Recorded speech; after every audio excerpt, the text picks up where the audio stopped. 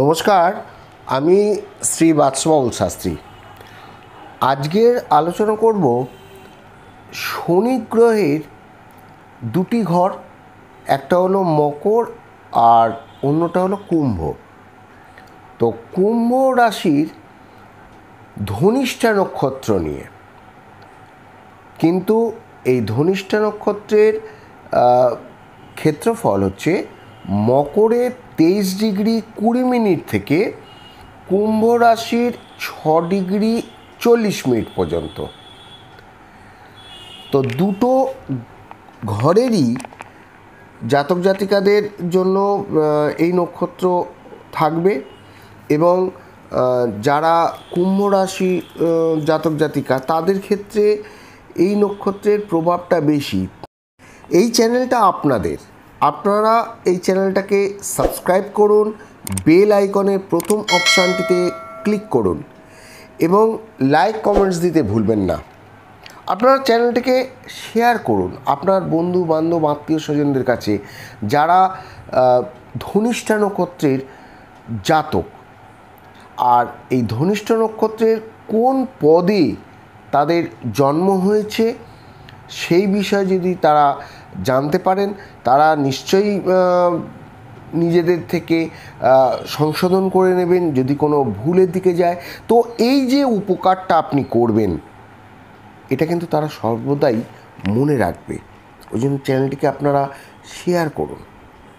27টা নক্ষত্রের মধ্যে 23তম নক্ষত্র হলো ধনিষ্ঠা নক্ষত্র। যখন কোনো জাতক জাতিকার ভাগ্য নিয়ে আলোচনা করা হয় বা তাদের চরিত্র সম্বন্ধে জানার চেষ্টা করা হয়, তখন কিন্তু এই 12টা রাশির মধ্যেই থাকলে হয় না। তাদের সম্বন্ধে আরও ডিপভাবে জানতে গেলে নক্ষত্র অধ্যয়ন করা খুব প্রয়োজন। তো আজকের আলোচনার বিষয় কুম্ভ রাশির ধনিষ্ঠা নক্ষত্র নিয়ে। আজকে থাকবে ধনিষ্ঠা নক্ষত্রের প্রথম ভাগ, যেখানে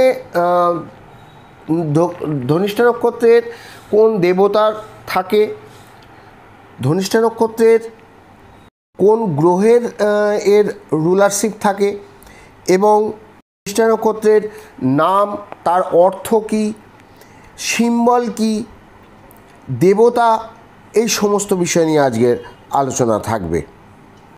আপনারা নিজেদের সম্বন্ধে যখন জানতে পারবেন যে আপনাদের কেমন ধরনের আপনারা জাতক এবং আপনাদের বিষয় সম্বন্ধ জানতে গেলে আপনাদের কিন্তু এই ভিডিওটা সম্পূর্ণ 3টে ভাগ হবে এবং সেটা সম্পূর্ণরূপে দেখতে হবে বা জানতে হবে, শুনতে হবে। তবেই আপনারা বুঝতে পারবেন যে কোন পদের জাতকদের মধ্যে পার্থক্য থাকছে।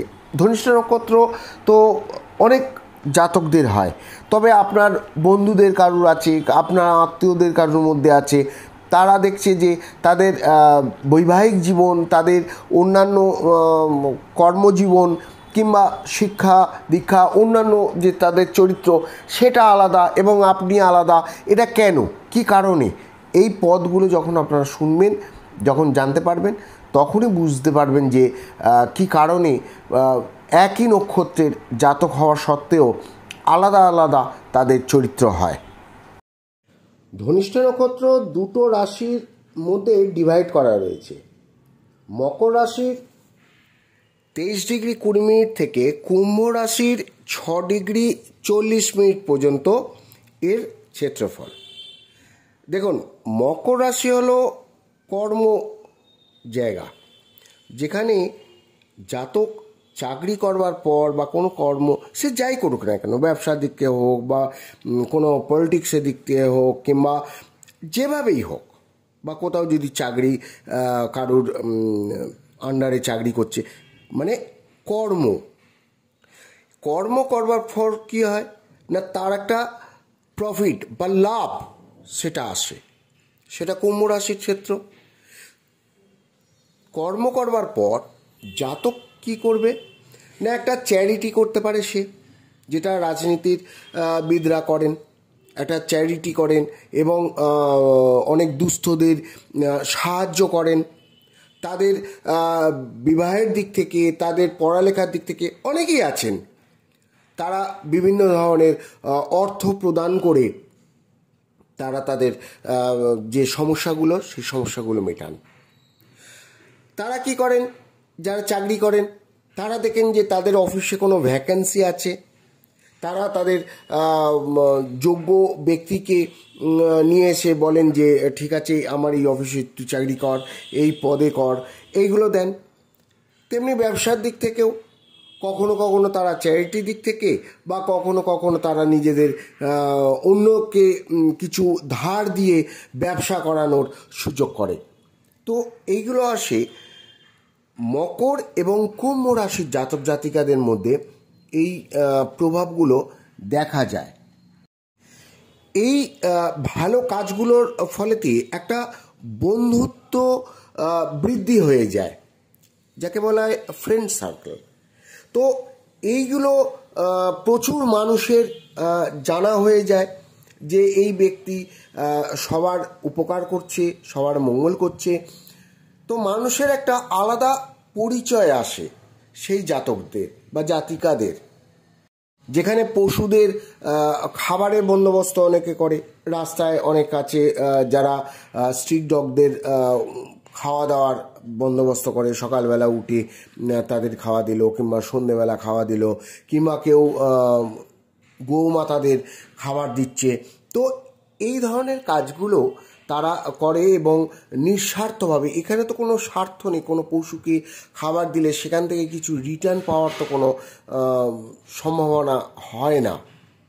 মকর রাশি শনি গ্রহ রুল করে এবং কুম্ভ রাশিও শনি গ্রহ রুল করে, কিন্তু কুম্ভ কার্মিক রাশিতে শনি গ্রহের সাথে সাথে রাহু এবং ইউরেনাস এর ঊর্জাও কিন্তু এই ধনিষ্ঠা নক্ষত্রের মধ্যে আসে। এবারে আসছি খগোল বিজ্ঞান থেকে দেখা যাচ্ছে কোন কোন এখানে তারা আছে বা স্টার আছে। সেগুলো হলো আলফা ডেলফিনি, বিটা ডেলফিনি, গামা ডেলফিনি এবং ডেল্টা ডেলফিনি। এই স্টারগুলো এই ধনিষ্ঠা নক্ষত্রের মধ্যে প্রতিনিধিত্ব করে। যখন আমাদের মুনি ঋষিরা আকাশের দিকে তাকিয়েছিলেন, তখন এই স্টারদের মধ্যে থেকে একটা কল্পনা করেছিলেন যে এই ধনিষ্ঠা নক্ষত্র কেমন দেখতে হবে। দেখতে অনেকটা ডমরুর মতন। ডমরু হচ্ছে শিবের হাতে থাকে, যেটা ডুগডুগি বলা হয়। তো এইরকম ধরনের দেখতে। প্ল্যাটিনাম রুলারশিপ মঙ্গল গ্রহের কাছে। শনি এবং মঙ্গল খারাপ শত্রুতা যাই থাকুক না কেন, জাতকদের বা জাতিকাদের মধ্যে থাকবে অনুশাসন, সাহসী, অ্যাডভেঞ্চার্স, ডিসিপ্লিন, এইগুলো কিন্তু থাকবে। আর মঙ্গল মকর রাশিতে কিন্তু উচ্চ থাকে। দেখুন, বারবার শনি মঙ্গলের শত্রুতা আমরা বলি, কিন্তু মঙ্গল যেই শনির ঘরে থাকছে মকর রাশিতে, তখন কিন্তু মঙ্গলের পাওয়ার বেড়ে যায়। কারণ মঙ্গল উচ্চস্থ থাকে। উচ্চস্থ মঙ্গল নিশ্চয়ই ভালো পাওয়ার এবং ভালো কাজ দেবে। শক্তি কি এই ধনিষ্ঠা নক্ষত্রে? সেটা হলো খ্যাপাইনি। শক্তি হচ্ছে খ্যাপাইনি, মানে যশ, পপুলারিটি, খ্যাতি, এইগুলো হলো এই নক্ষত্রের একটা আলাদা শক্তি বা বিশেষত্ব বলতে পারেন। ধনিষ্ঠা নামের অর্থ কি আসছে না? ধন, অর্থ, আর ইষ্ট, ভগবানকে পাওয়া। শুধুমাত্র টাকা পয়সা পাওয়াটাই ধনবৃদ্ধি বা সেরম ধরনের নয়, ভগবানকে পাওয়াটাও এক অমূল্য ধনবৃদ্ধি। তো ধন প্লাস ইষ্ট নিয়েই হলো ধনিষ্ঠা। সিম্বল এর আগে বললাম যেটা ডমরু কিংবা ডুগডুগি বলা হয়। তাহলে এখান থেকে কি দেখা যাচ্ছে যে ভগবান শিবের কাছে ত্রিশূল ছিল এবং তার সাথে ডমরু বাঁধা থাকে। তিনি যে ত্রিশূলের যে তিনটে ধার আছে, রজসিক, তমসিক এবং গুণক, তো এই তিনটে রজসিক, তমসিক ও গুণসিক, তো এই তিনটে থাকে শিবের কাছে এবং শিবজি কাছে ডুগডুগি বা ডমরু থাকে এবং তিনি নৃত্যকলায় অসাধারণ ছিলেন, সঙ্গীত বিদ্যায় তারও সেখানে দেখা যায়। তো এই ডমরু থেকে আমরা বুঝতে পারি বা আমরা দেখতে পারি যে এই ধনিষ্ঠা নক্ষত্রের জাতক জাতিকাদের মধ্যে সঙ্গীত কলার বা কোনো মিউজিক সিস্টেম বাজানোর একটা প্রবণতা অনেকটা দেখা যায়। আগেকার দিনে যে টাইপ মেশিন ছিল, আপনারা যারা আগেকারের ব্যক্তি আছেন তারা শুনলে দেখতে পারবেন যে যখন সেই মেশিনটা বাজতো তখন এক ধরনের একটা মিউজিক উৎপন্ন তৈরি হতো, কাট কাট কাট কাট ক্যাচ, এরম ধরনের একটা আওয়াজ আসতো এবং সেটা যদি তাল মিলিয়ে করা হতো তাহলে তার মধ্যে থেকেও একটা মিউজিক বাজতো। কাম, ক্রোধ, মোক্ষ লাভ, এই তিনটে কিন্তু ওই ভগবান শিবের ত্রিশূলের মধ্যে থেকেও আমরা দেখতে পারি। কাম, ক্রোধ, মোক্ষ লাভ, এর থেকে দূরে থাকাই কিন্তু সবচেয়ে আধ্যাত্মিক জীবনের এক শান্তি আসার থাকে। তো সেখানেতে আমরা এই ধনিষ্ঠা নক্ষত্রের জাতকদের মধ্যে খানিকটা পাই যে যেমন এরা মিউজিক নিয়েও পড়াশোনা করে তেমনি আধ্যাত্মিক নিয়েও এদের অনেক বড় একটা চিন্তাধারা আসে। দেবতা হলেন অষ্টবসু। যখন বলা হয় হিন্দু শাস্ত্রে যে এরকম দেবতা আমাদের আছে ৩৩ কোটি, ৩৩ কোটি মানে কোটি কথা অর্থ হলো প্রকার, তো সেখানেতে অষ্টবসুও হলো সেই ৩৩ কোটির মধ্যে এক প্রকারের। তো আমরা কিভাবে অষ্টবসুকে দেখছি এলিমেন্টাল গডস হিসাবেতে, যেমন সূর্যকে আমরা প্রত্যুষা নামে দেখি, চন্দ্রকে দেখি সোমা নামে, জলকে দেখি আপা মতন এবং অগ্নিকে অনালা, বায়ু হচ্ছে অনিলা, আর নক্ষত্র হচ্ছে ধ্রুবা, আর আকাশ প্রভাসা, আর পৃথিবী হলো ধরা। তো এই ৮টা এলিমেন্টস নিয়ে আমরা অষ্টবসুকে দেখছি। তাহলে ধনিষ্ঠা নক্ষত্রের জাতক জাতিকাদের চরিত্র সম্বন্ধে আপনারা খানিকটা তো বুঝতে পারলেন যে এই ধরনের জাতকরা অনেকটা অন্যকে সাহায্য করবে বা কারোর দুঃখে তারা গিয়ে দাঁড়াবে, কারোকে কাজ দেবে, কর্ম দেবে বা নিজে কর্ম করে অন্যকে সাহায্য করবে। এর অর্থ দেখা যাচ্ছে যে যখন আমরা এলিমেন্টাল গডস দেখেছিলাম এর আগে যেটা আমি আলোচনা করলাম, তো আমরা সূর্যকে প্রত্যুষা নামে জানছি। সূর্যকে সবচেয়ে রাজা এবং যে কোনো উন্নতির ক্ষেত্রে সূর্যর যদি পাওয়ার থাকে তাহলে সেই জাতক জাতিকাদের উন্নতি কেউ আটকাতে পারে না। তাদের মন অনেক বড় থাকে, রাজার মতন মন থাকে এবং তারা গরিব হলেও তারা কিন্তু তাদের মানসিকতা রাজার মতনই থাকবে। চন্দ্রকে আমরা সোমার মতন দেখলাম, তো চন্দ্র জলের কারক এবং সম্পূর্ণ ঠান্ডা, শীতল, এবং যেমন যখন চাঁদ ওঠে রাত্রির বেলায় তখনও সেখানে দেখা যায় বেশ মনের দিক থেকেও বেশ একটা সুন্দর শান্ত ভাব দেখা যায়। পৃথিবী ধরাতে আছে, পৃথিবীর ওপরে যত রকমের অত্যাচারই হোক না কেন সে সহ্য শক্তির একটা পাওয়ার রাখে, সমস্ত কিছু সহ্য শক্তি। তো এইগুলো জাতকের চরিত্রের মধ্যে আসে। যখন অগ্নিকে আমরা দেখি অনালা রূপে, তখন তার রাগও আসবে। তো এই সমস্ত কিছু জিনিসটা, সমস্ত চরিত্রটা জাতক জাতিকাদের মধ্যেই বিরাজ করে। দেবতা অষ্টবসু, যেটা কিনা রে অফ লাইট, সেই জন্য জাতকরা সোশ্যাল হয় এবং মানবিকতার এক চরম মাত্রা নিয়ে আসে।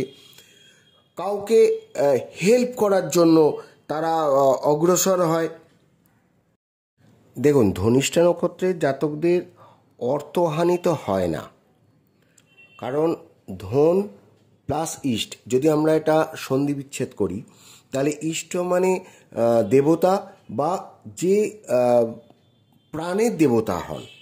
সমস্ত মানুষেরই একজন ইষ্ট দেবতা হয়, এবং এই ইষ্ট দেবতাকে পাওয়ার যে আকাঙ্ক্ষা, যেমন অর্থকে পাওয়ার আকাঙ্ক্ষা থাকে মানুষের মনের মধ্যে, সেই রকমই ইষ্ট দেবতাকে পাওয়ার একটা আকাঙ্ক্ষা থাকে। অনেকের মধ্যে জানার কৌতূহল থাকে যে তার ইষ্ট দেবতা কে। ইষ্ট দেবতা মানে এই নয় যে আপনি কাউকে পছন্দ করছেন কোনো দেবতাকে এবং তাকেই ইষ্ট দেবতা বলে মনে করবেন, সেটা নয়।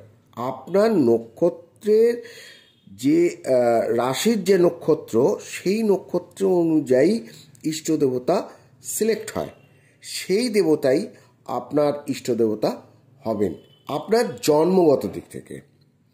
তো সেই হিসাবেতে দেখা যায় যে এই ধন প্লাস ইষ্ট নিয়ে ধনিষ্ঠা নক্ষত্র হচ্ছে, এবং এই জাতকদের যখন অর্থ বৃদ্ধি হয় তখন তাদের মধ্যে আসবে ইগো, আসবে বা অন্য ধরনের আসবে যে আমি যে কাজটা করছি সেই কাজটার প্রমাণ রাখবো এবং আর 10 জনকে দেখাবো।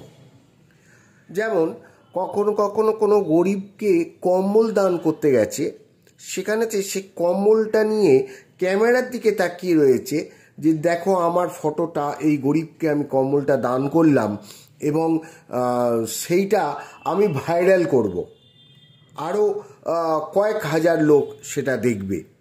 এই যে ধরনের কার্যকলাপগুলো করে ধনিষ্ঠা নক্ষত্রের জাতকরা, সেইগুলো আসে অর্থ থেকে।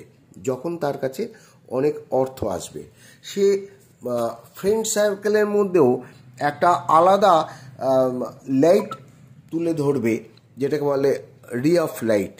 তো তুলে ধরবে যে সেভাবে যে দেখো আমি তোমাদের আজকের এই পার্টি দিচ্ছি বা তোমাদের জন্য এই কন্ট্রিবিউট করছি, তোমরা যা দিচ্ছ তার থেকে আমি অনেক ডবল কন্ট্রিবিউট করব।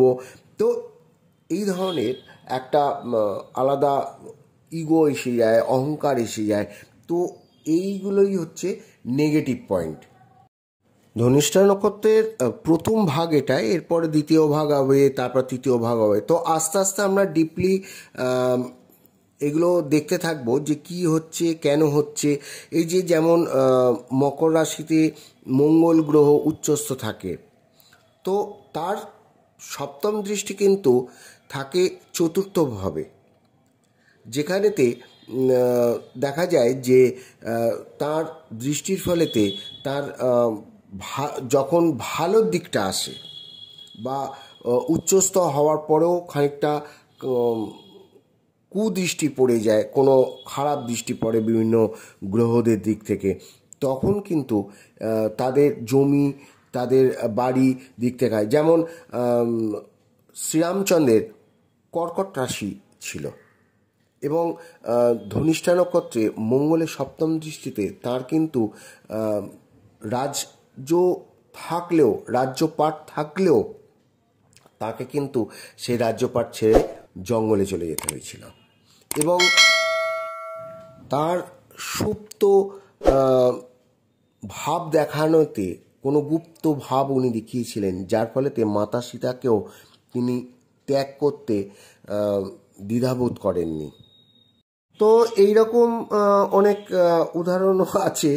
তো আপনারা দ্বিতীয় ভাব দেখবেন, সেখান থেকেও কিছু না কিছু আপনাদের অবশ্যই আমি জানাবো। তো ভালো থাকবেন, অন্যের ভালো করুন। অবশ্যই আপনারা ধনিষ্ঠ নক্ষত্রের জাতকরা অন্যের ভালো করেন। আর ভালো থাকবেন, নমস্কার।